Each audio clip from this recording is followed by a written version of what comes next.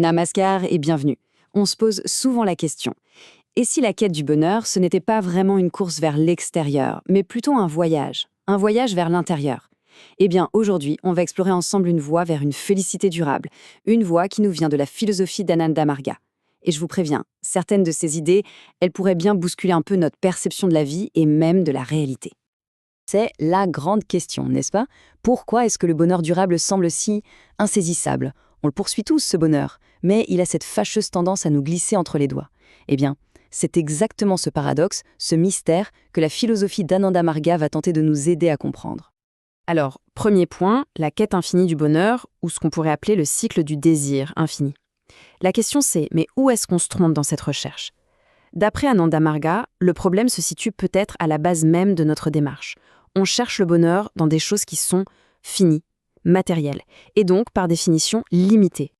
Et ça, c'est un schéma qu'on connaît tous. C'est presque un réflexe. On obtient quelque chose, et, presque immédiatement, on n'en veut plus. On a 100 roupies, on en veut 1000, puis 1 million.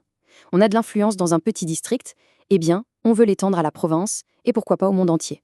En fait, chaque objectif atteint ne fait qu'allumer la mèche du désir suivant. C'est comme une course, sans aucune ligne d'arrivée. D'ailleurs, le texte utilise une formule très forte pour décrire ça. Il dit « la fin de posséder est sans fin. Elle est illimitée et infinie ». Quand on y pense, ça pose une question de pure logique, non? Comment est-ce qu'on pourrait bien satisfaire une fin qui est infinie avec des choses qui, elles, sont complètement finies?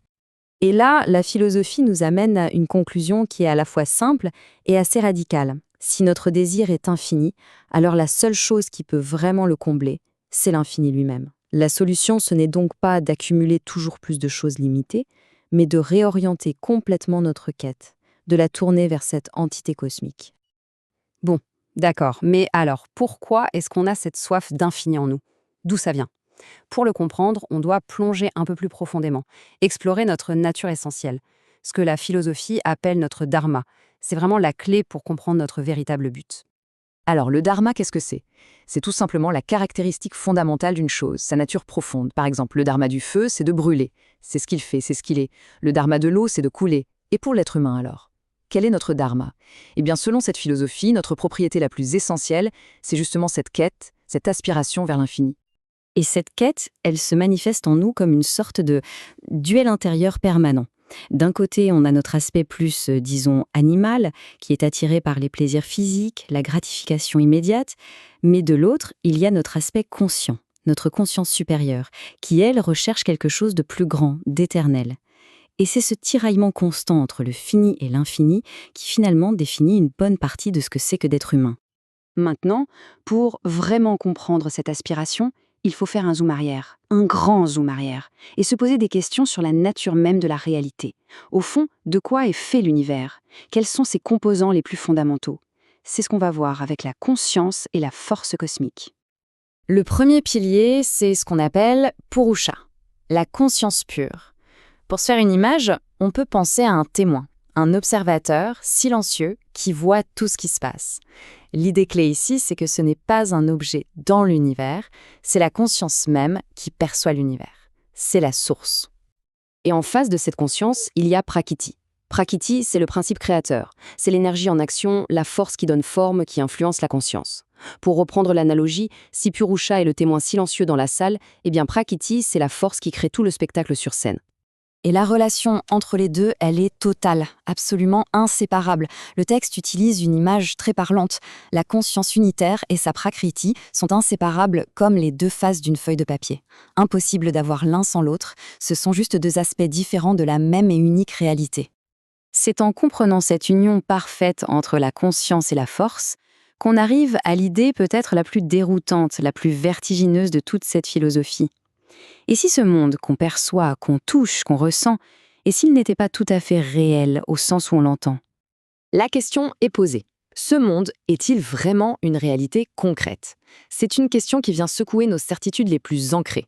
Et pour nous aider à appréhender cette idée un peu folle, la philosophie utilise une analogie vraiment intéressante, celle du tour de magie. Imaginez le fameux tour de la corde du magicien. Le public tout entier voit un jeune garçon grimper à une corde qui tient toute seule en l'air, il disparaît, et quelques instants plus tard, il réapparaît, sain et sauf. Pour toutes les personnes qui assistent à la scène, à ce moment précis, c'est réel, l'expérience est réelle. L'idée ici, c'est que l'univers pourrait fonctionner un peu sur le même principe, comme une projection de l'esprit cosmique, une sorte d'illusion collective, partagée, que l'on prend pour une réalité tangible et solide. Et ça nous mène à cette conclusion, qui est, oui, assez vertigineuse.